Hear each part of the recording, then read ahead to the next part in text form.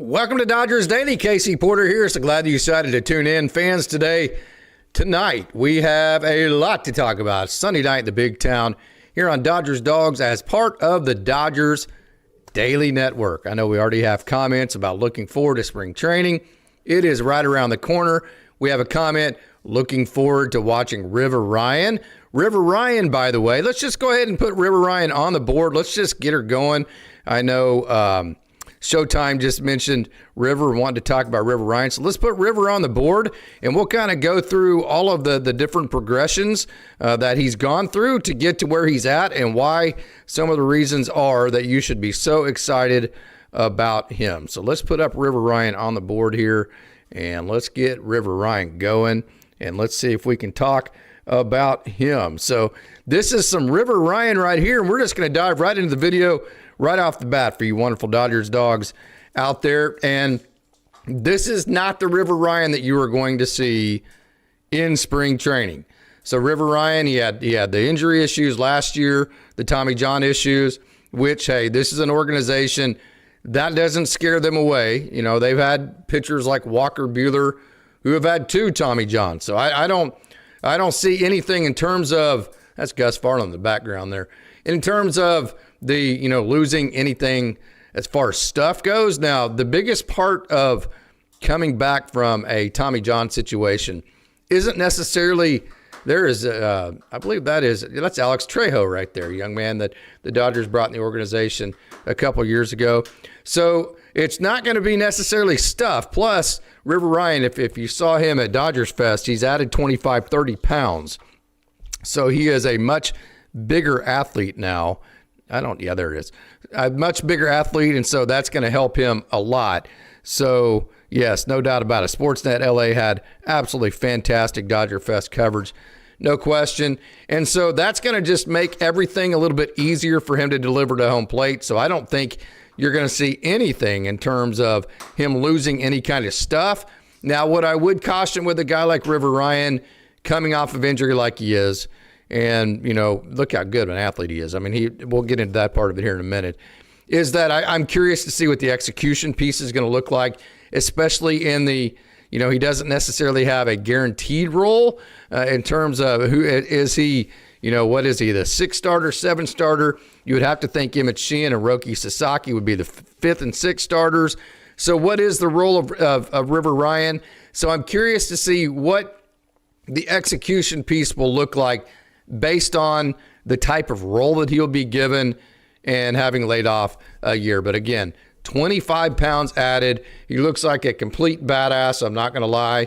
And River Ryan is a guy, too, that it's a really cool story because he went to UNC Pembroke, and his brother, Ryder Ryan, the Dodgers just signed. Ryder Ryan has been in professional baseball forever, 98 to 100, topping out at 101.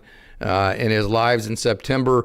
That'll be pretty awesome to watch. And then whenever you actually add a crowd and that kind of deal, it'll be interesting to see where that goes. Ryder Ryan, the older brother, River Ryan, was a mentor of his, and so it's going to be cool to have them both in the organization. Probably both will be at Oklahoma City together at some point in time this year. That will be an absolutely awesome thing to watch. I'll get to talk to them, hopefully both of them, in Oklahoma City, so that'll be fun. So he actually broke his back in high school, back in North Carolina. He grew up I think he's listed as from being from Charlotte, but he's not. He's from a small town, and he lists from being from Charlotte. Don't quote me on that. It's either Charlotte, one of the bigger towns in North Carolina, cities in North Carolina. But he's actually from a small town because it's just nobody had ever heard of that small town. It was easier just to instead of having to ask a million different questions, just say he's from the bigger town. That way people wouldn't go, now, where's that? So he broke his back in high school. So he had to go to Division II. This is another guy the Dodgers have plucked out of Division II. The Dodgers didn't pluck him. The Padres did. So the Padres draft River Ryan out of Division II UNC Pembroke, and he's a shortstop, okay? You can see the athletic ability, right? And so they're kind of toiling between, is he a shortstop? Is he a pitcher? Well, then if you remember, the Dodgers traded Matt Beatty away for River Ryan And when River Ryan came to the Dodgers, they immediately told River Ryan, you are a pitcher only.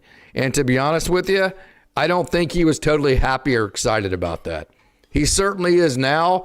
And so he went to work being a pitcher only. He used that incredible athletic ability that he's always had. I mean, if you ask anybody in the system who is the best athlete as a pitcher, I think they would all say, matter of fact, I have asked about 6 or 7 of them.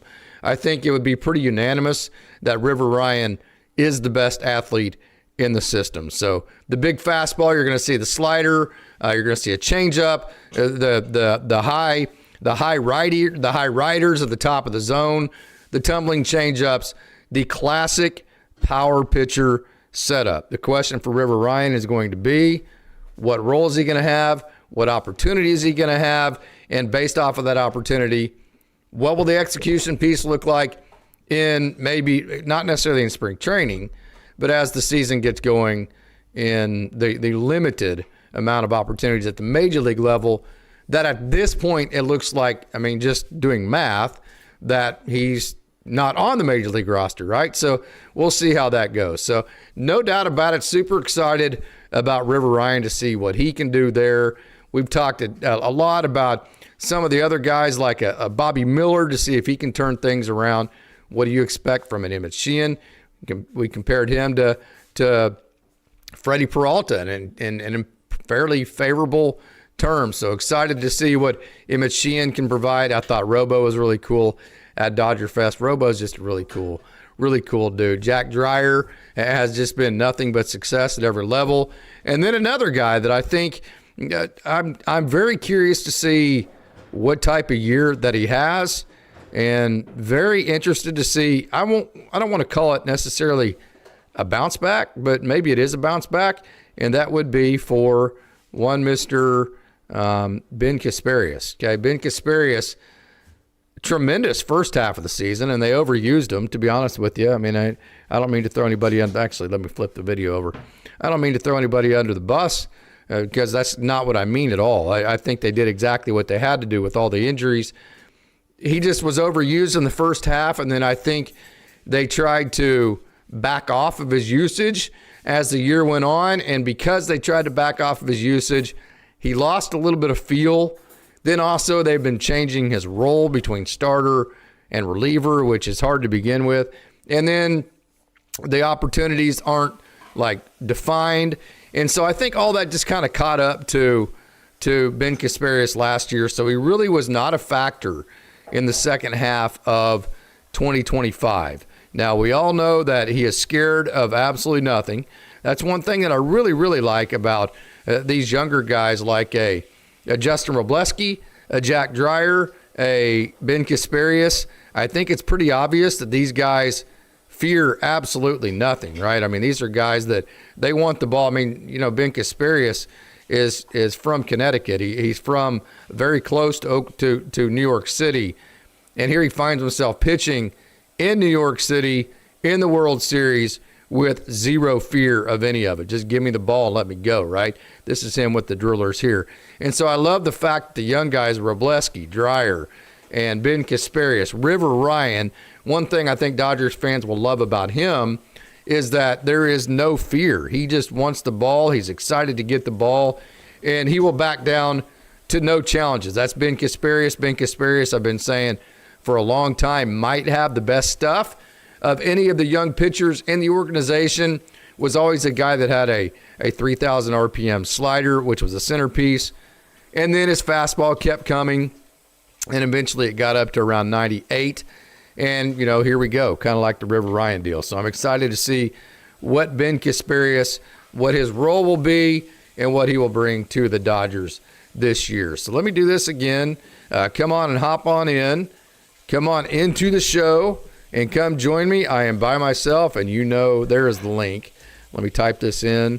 You know I don't like being by myself. So come on in, audio only, and we can talk Dodgers baseball. I got some talking points here, but I would rather this be, yes, Muncie Glasnow and are also interviews that are absolute gold. Snellzilla has to be the best interview of the Dodgers. Yeah, Blake Snell's an awesome character. If you don't follow him on social media, you should.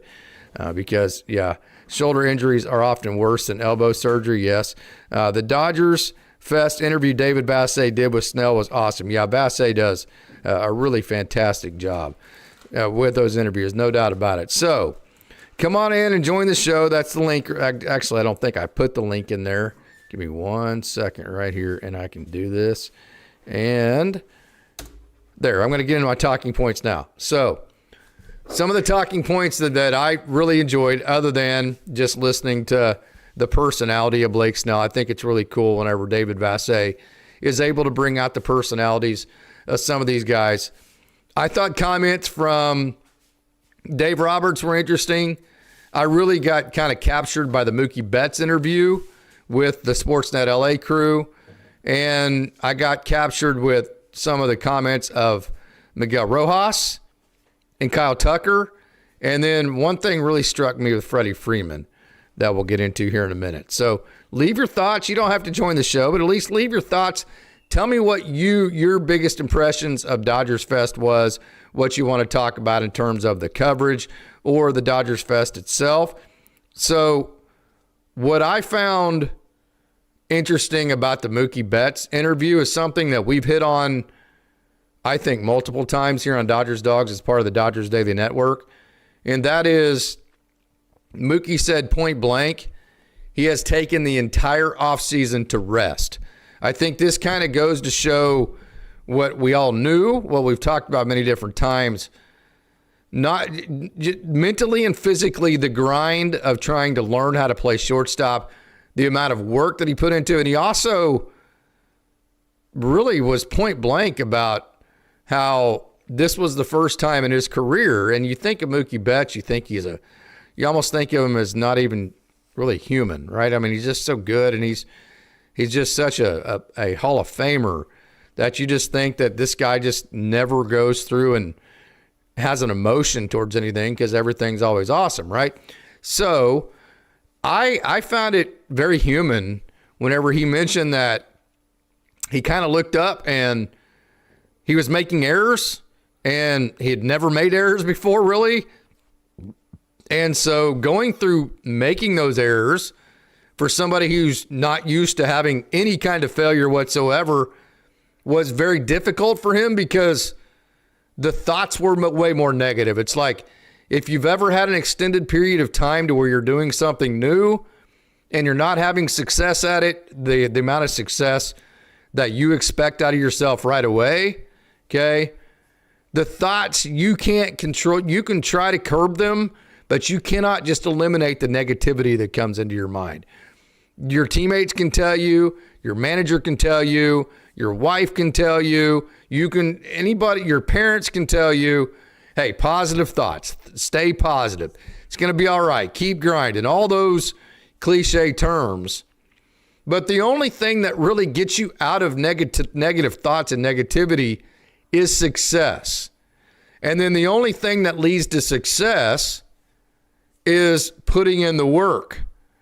Putting in enough work to where you're over-prepared, right? You're so prepared to where making mistakes becomes less of a probability as you move on.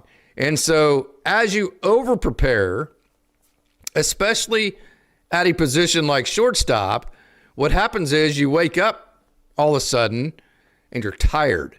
You're tired mentally, you're fatigued, and you got to fight through that. And then you fight through that, and then come July, what happens to you is, think of it like any kind of, like I think of it like of a college, like being in college.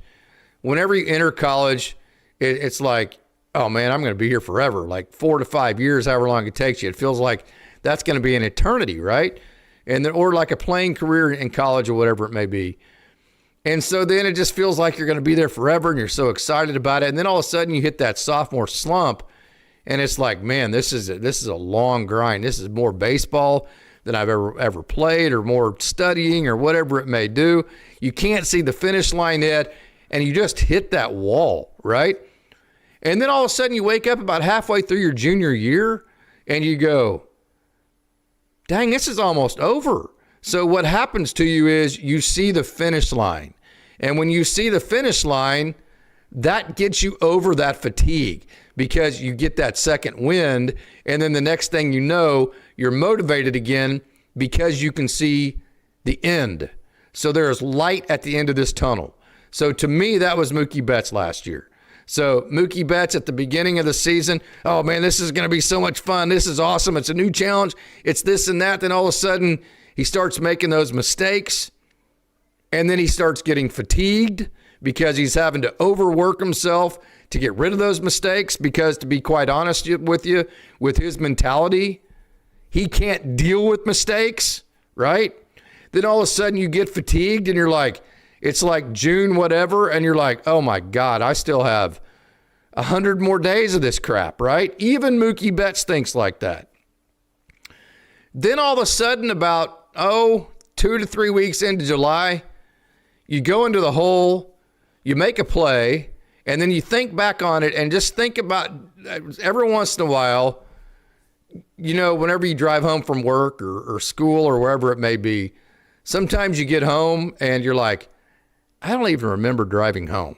Not that you weren't safe, not that you weren't conscious, but it was just such a natural thing to you that it was just something that you do so naturally that it just happens.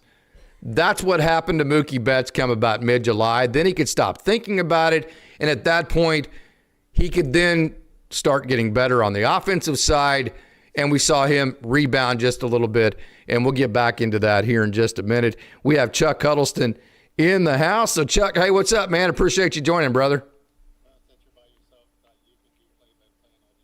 That sounds fantastic. Talking about Mookie Betts getting into his season last year.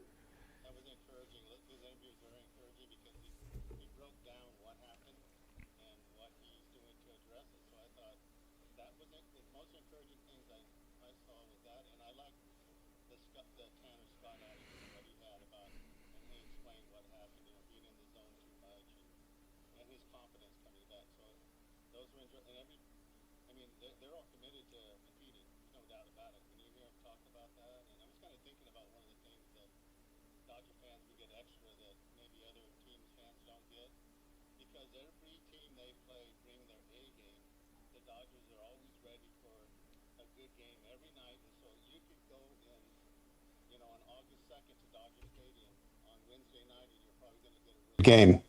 I had you muted, Chuck. I'm sorry. My bad. I'm glad. Thank you for that, Al. Yeah, we can't hear him. I got it now, CNAB. My bad. Hey, start that over again, Chuck. My bad. I had your side muted. So sorry about that. Go ahead, Chuck. No problem. I'll just say that one of the things I was most encouraged by was what Mookie Betts had to say. He kind of broke down what happened with him last year and how it affected him and what he's doing now and you mentioned a lot of this and what he's going to do going into this season to get back to where he was. And then also Tanner Scott, what he had to say was encouraging to me about what happened last year and his confidence coming in, what he thinks that he doesn't care when he pitches in the game. He just wants to win. So I like that. So that was very encouraging to do that. And the thing I was just mentioning when you turn me on there with the sound, I was thinking about something like, Dodger fans get a little extra bonus that no one else gets. You could go to a game on August 2nd, August 3rd on a Wednesday night, and you're going to get a good game because every team they play brings their A game to play against the Dodgers, and the Dodgers have to be ready for every game because, some teams, I've been to games like, oh my gosh, about the 6th or 7th inning, I might as well go home because these guys aren't putting in the effort. It's just, the games are ready, it's 7-2 and they're just going through the motions and the Dodgers don't ever do that. They play to the last out, almost always. And so that's kind of a neat thing for Dodger fans to always be, any time of the year you go to Dodger Stadium, you're probably going to get a good game. Not every time.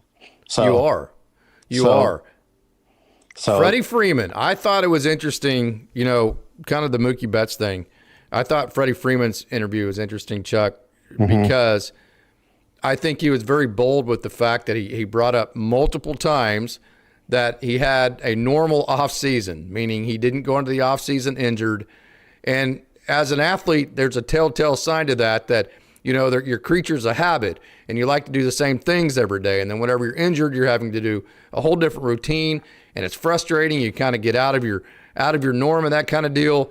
I think Freddie Freeman and Mookie both are going to have really big, I don't want to call them bounce backs, but I don't think neither one of them were as awesome as they possibly can be offensively, because I think Mookie Betts has learned how to deal with the negativity that the stress of a place like shortstop gives you. Okay. And then I also think Freddie Freeman being healthy, I think he's actually going to get to rest the way that he needs to rest and come in fresh for this season. That's true. He even showed his ankle off. They had I forget who it was, one of the announcers there had him twist his ankle around, show him how healthy it was. It was really a candid, honest interview from Freddie. I thought that was really good, and talking about how much that the fans mean to them, how every place they go, the Dodger fans are, it just, you keep hearing all the players repeat that. I mean, they don't have to say that stuff, but they're saying it means so much to us and to the management, to everyone else, and about how the Dodgers have kept their promise, and how they feel they owe it to the fans, because the fans show up no matter what time of year, no matter how hot it is or how much traffic is, they always show up.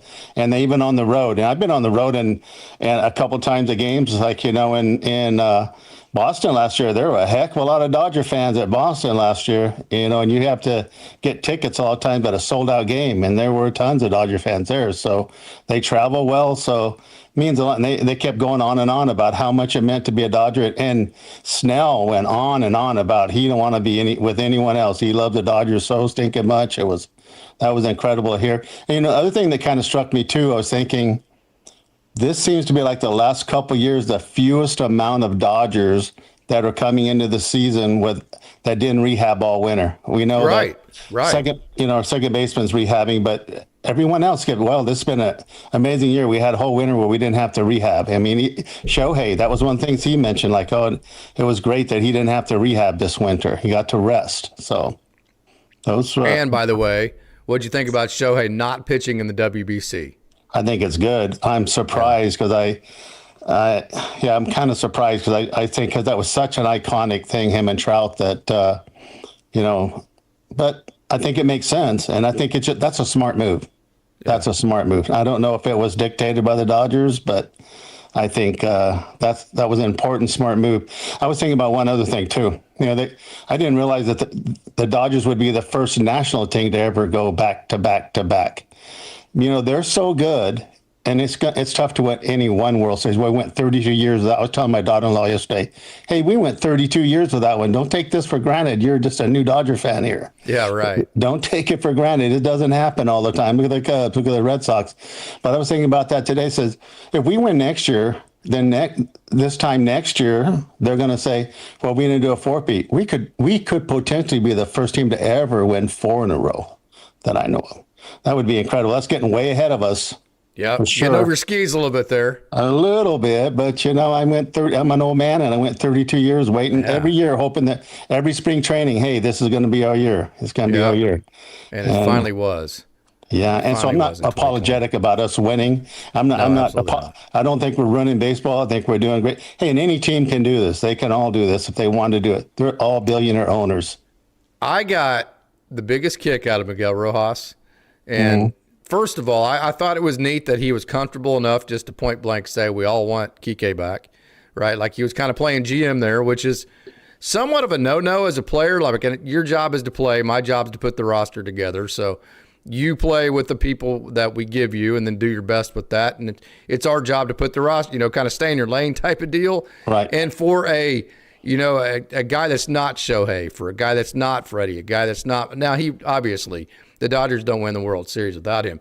I thought it was interesting that he felt comfortable enough just to point blank say, we need Kiké back. Everybody wants him back, and he's a big part of this organization. I thought that was interesting.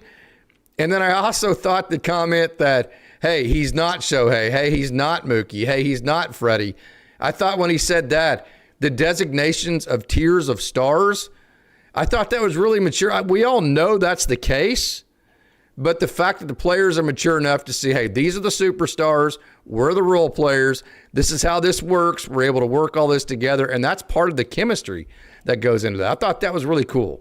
Yeah, exactly. Will Smith said, that the clubhouse is full of leaders, but what's really unusual is Rojas isn't a starter, and he's probably the consummate leader of that clubhouse. He's what you notice, Doc Roberts, when they win something, Rojas is the first one he lets speak. He says, wait for Miggy. Here, Miggy, and Miggy speaks first before anyone, before Kershaw even. Miggy spoke first. So, and everyone, I don't know who it was. Somebody was crediting him at the Dodgerfest about how he leads and he makes sure he takes care of everybody. That Miggy's the guy. That the culture, a lot of it has to do with Miggy, which they've had his culture for a long, long time.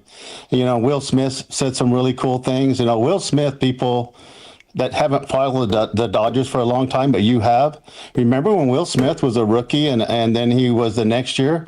He hit so many clutch home runs. He won a bunch of games, homering in games. I was not surprised that he was the guy that finished off the World Series because that guy's got a slow heartbeat. He does. He does not get nervous in those situations. Yeah, he has a lot of confidence.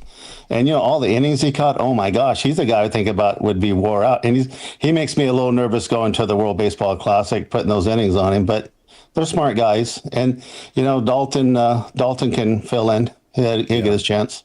Yeah, no doubt about it. I think Dalton Rushing has a big role here, keeping the older guys as fresh as they can, because that takes me to my next comment here, and that is, I thought the comment from Dave Roberts was very interesting when he said, hey, there's a difference between April and October. Yep. And that pisses a lot of fans off. And I understand, because if you go to a game in April, you're paying a lot of money to see that one game. And if it's not taken maybe with the urgency that a game in October does, or the lineup's different or whatever it may be, that may be the only one time that you go to a game. So I understand that. But having said that, I also understand exactly what Dave is saying, is that the goal here is not to win a random game in April.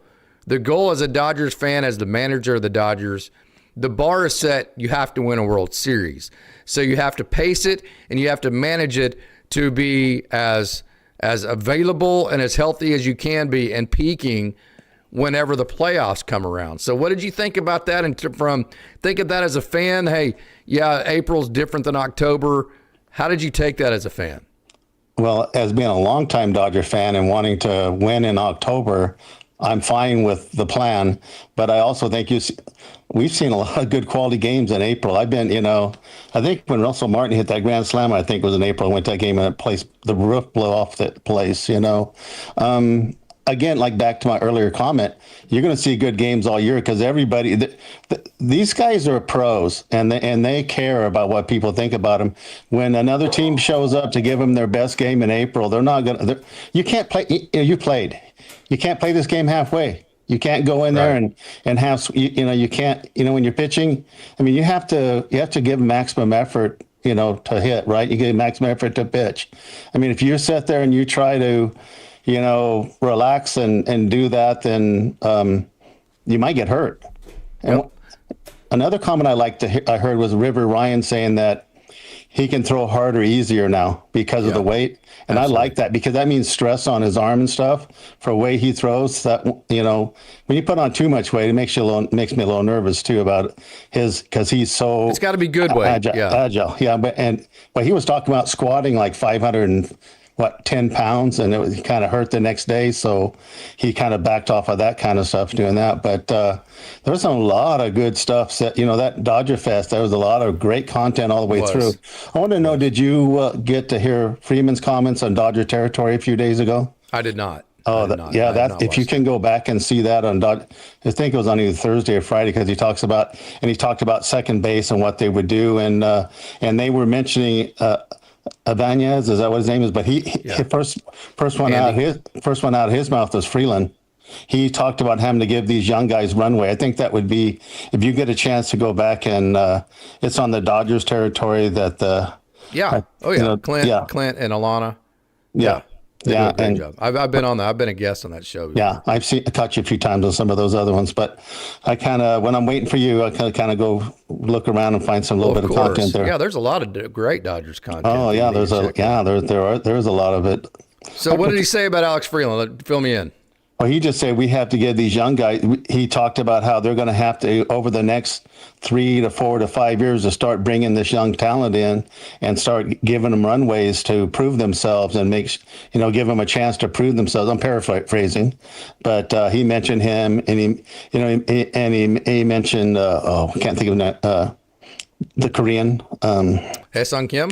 Kim. I'm old. I forget names all the time. Oh, yeah. But but he mentioned Hae-sung and them. But he was saying these young guys, we have to start getting them, into the lineups, and we got to start get them run away and let them play. Like I said, paraphrasing. But it was interesting because they mentioned Kim Ibanez, and he jumped in and goes, hey, and he mentioned Freeland. No, and so I think he's, he likes our young talent. So yeah. So do you think Zaire Hope? Let's throw some video up here. Zaire Hope and Josue DePaula, they ended last year at AA Tulsa.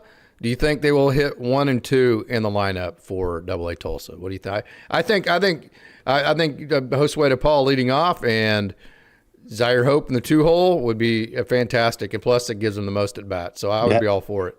That sounds good to me. I'm anxious to see what happens because a lot of these outfielders now are going to start making that transition to AA.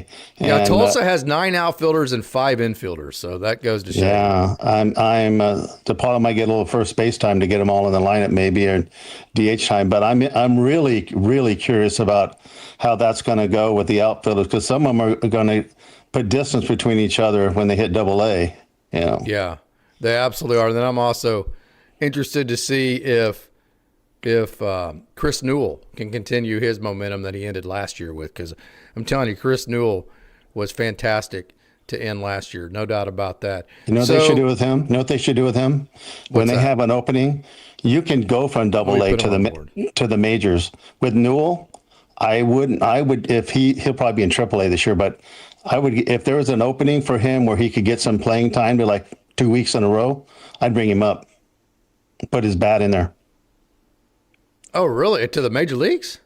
I've seen people jump from AA and do fine with his approach and stuff. I think he get buried with these other young outfielders. He might get passed up and buried in the mix. But when you need somebody like they brought the kid up to the shortstop up, Hainline.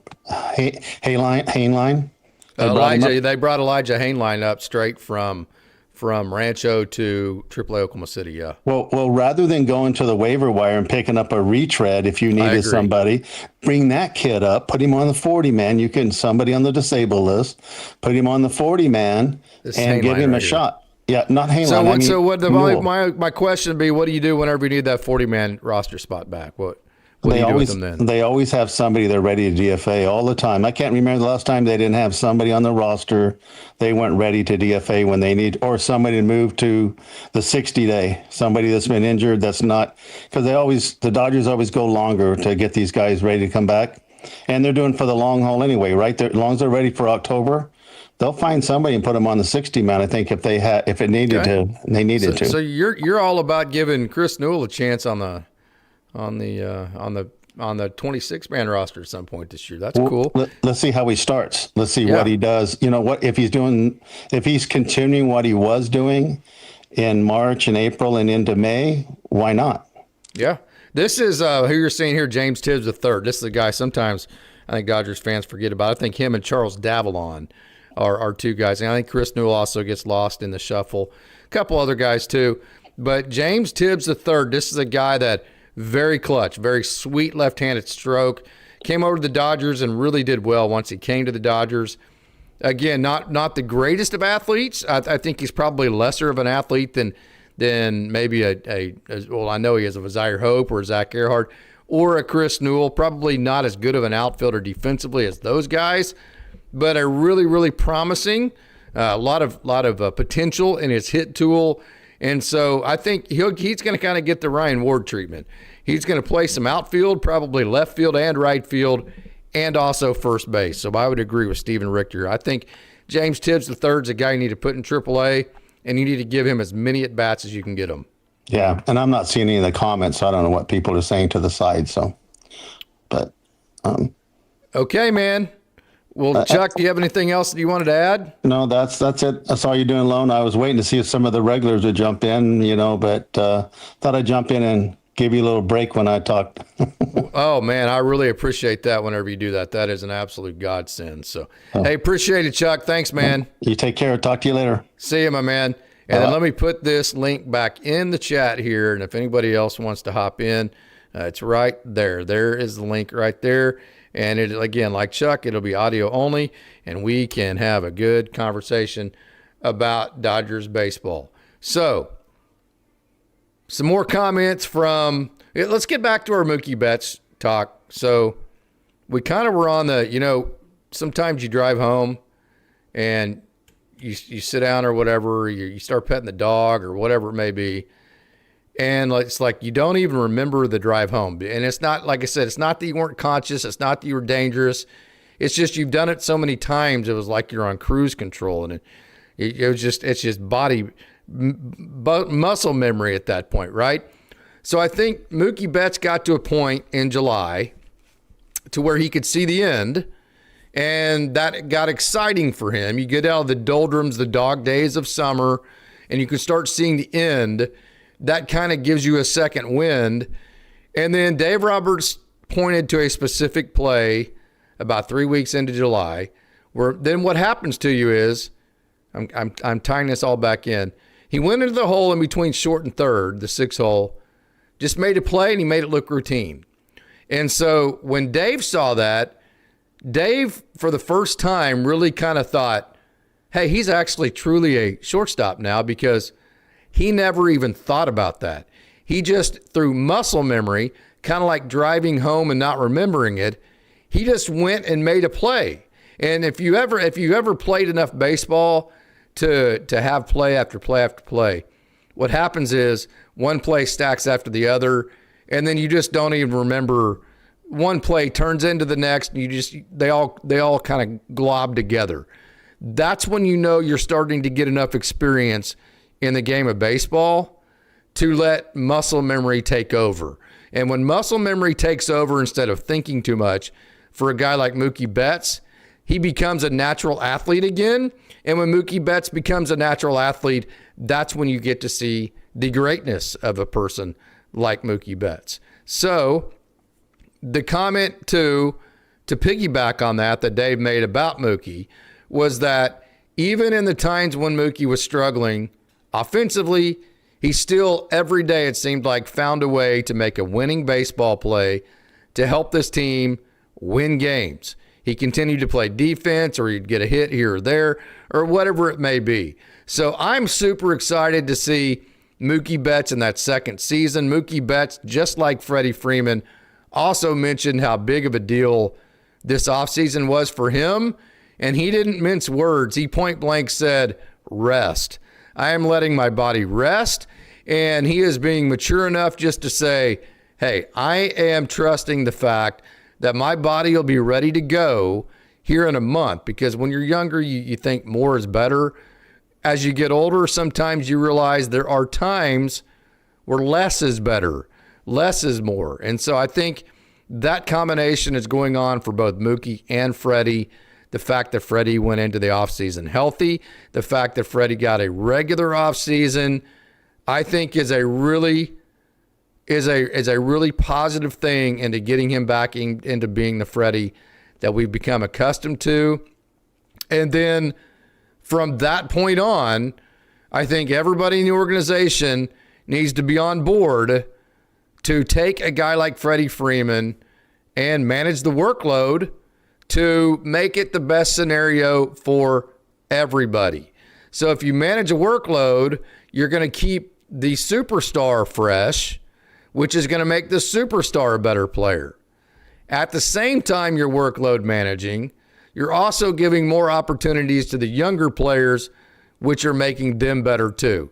So it's an absolute win-win on the workload part. So Freddie Freeman's going to be able to piggyback from having a healthy offseason and resting straight into having a Dalton Rushing or whoever it may be that needs at bats that can help manage his workload. Chuck's right. Be sure to join the link and have a great conversation, no doubt. Or even if you just have a quick question to ask, feel free to ask. Yes, hit the link. Happy Groundhog Day Eve, everyone. Hey, Austin Brubaker is in the house. Austin's going to go on live tomorrow, I do believe.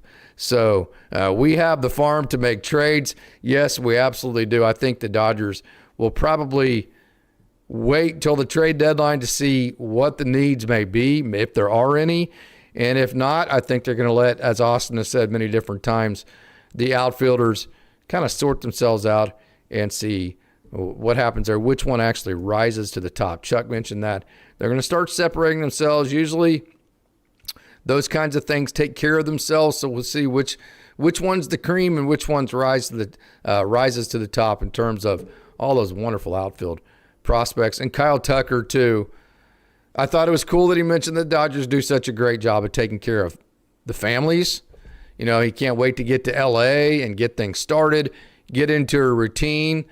But then again, just kind of more of the confirmation that, you know, this is a situation to where, you know, it's more than just the money. He's coming to, you know, especially nowadays in college with the transfer portal and NIL, whenever you take on especially Power 4 transfers at a place like Oklahoma State, you're getting one of two things.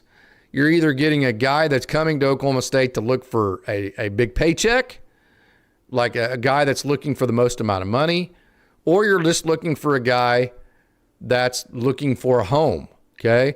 Like Oklahoma State got a transfer from Ole Miss, Campbell Smithwick, a catcher. Well, he's just looking for a home. He's not looking for a paycheck. Georgia's team that Oklahoma State played last year, they were full of guys that went to Georgia looking for a paycheck. Oklahoma State beat Georgia with a bunch of guys that were looking for a home, not a paycheck. That was cool. So I tie that into saying, when you can take a superstar, and that superstar, yes, of course, they got to get paid. I mean, the Dodgers paid Kyle Tucker an exorbitant amount of money. I'm not trying to say that. But I think even the non-Dodgers fans, we all have to admit that Kyle Tucker came to the Dodgers more so looking for a home than he did a paycheck, okay? And what I mean by that is, what is home? You know, there's a difference between a house and a home. A house is a structure. It's a building. A home is what you make it, right? I mean, a home is the family dog. It's the family dinners. It's the memories that you make inside of it. It's the cozy and warmthness of it that you create, right? So there's a lot of organizations that could offer a house and a structure and a paycheck, but the Dodgers offered the best home. And he was very clear on that being one of the reasons that he came. He mentioned that, you know, again, the Dodgers being so good with the family and all those kinds of things. And so it just goes back to one of the reasons why the Dodgers get so many of these free agents is because they know how to create a home for these players and not just a paycheck. You watch college athletics, okay? You watch college athletics. The teams that are going to rise the fastest, okay? No doubt the teams with money, okay, they're going to continue to be very successful. But what you've actually seen with the injection of NIL, transfer portal revenue sharing, is that it's actually leveled the playing field out. It's given the Oklahoma States of the world a better chance, the Indianas of the world a better chance, because those guys now can find guys that are looking for homes. They get happy with it. They go to work, and the culture that's created a lot of times can defeat a team that is full of guys that just came to look for a paycheck. And so the Dodgers, now, again, when you have the best of both worlds, this is where the Dodgers are at right now. And I'm going on a long deal here. The Dodgers have both the guys that demand the highest paychecks, but also guys that are looking for a home that takes care of all the culture aspects and are winning. And so it's both, not one or the other. It's both, and that's why the Dodgers are looking to go back to back to back, which is absolutely incredible. Hey, Chuck says, what does NIL money look like for top players in the best college baseball programs? Million? I'd say a couple $1 million for some of the best players. At Oklahoma State, it's not worth anything near that. So for like an SEC program, I'd say $1 million. I mean, it's, you know, like Oklahoma State in football, and this is Oklahoma State, they just signed Drew Mestamaker from University of North Texas for $3.5 million a year. Now that's their quarterback. That's the highest paid. But if you're talking about an SEC baseball player that's top of the echelon, you're talking about $1 million, $1.5 million, $2 million. So there's no doubt that here's another thing that's going to start happening. I tried to explain to this in the last draft, is that this is why college baseball, this is why a guy like Charles Davalon can go to the Quakes last year, why Dalton Rushing could do it, and actually have more success in pro ball than they did in college. And that's because you can go to an Arkansas, you can go to a Georgia, you can go to an Ole Miss, a Mississippi State, Alabama, and actually get paid a hell of a lot more to play there and actually have way better facilities, okay? Way better facilities than what you're going to have in a low A setting, okay? When you go to Arkansas, you have the most state-of-the-art. Oklahoma State has every state-of-the-art this and that. They have more room than you can deal with. Every SE school, way better facilities. So you're going to get paid more. You're going to play under better facilities, and you're going to play under great competition, okay? So a lot of these guys are going to take that paycheck, which is more than they would be making as a low-level minor leaguer, and the great facilities, and they're going to stay in college. And so college baseball basically is turning into fairly close to a high A level, okay? A lot fewer games. And in some cases, a double A level, and in some cases even better than that. Like when Oklahoma State played Florida in a regional, Jack Caglione was there, right? Well, Jack Caglione made the major leagues last year. That was the year after he came out of Florida. So in some situations, it's even better than that. So, yeah, college baseball really is becoming a feeder for these professional programs. Hey, I knew I said it before, but with all this new talent, I really think Tulsa can win the Texas League. I totally agree with that. No doubt about that.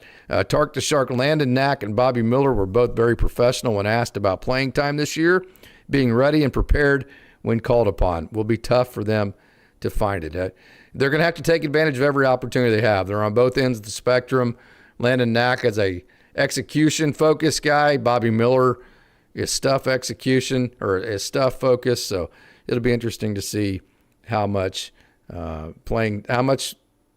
they get this year with LA. So, hey, that's all I had today. I didn't have a whole lot for you. Plus, I did my O-State Daily right before this, and so I'm kind of ready to hit the sack for Sunday evening. It's a little later here in Oklahoma. So I'm going to go ahead and log off. Remember, Austin will be on tomorrow. I'm off Tuesday. Wednesday, I'm going to Bass. So I'm thinking Austin tomorrow solo. Austin and I both on Tuesday. So make sure and come back and check out those shows. But until then, I want to thank Chuck for tuning in. Thank all of you wonderful Dodgers dogs for tuning in as well. And as always, never forget, it's a great day to be a Dodger.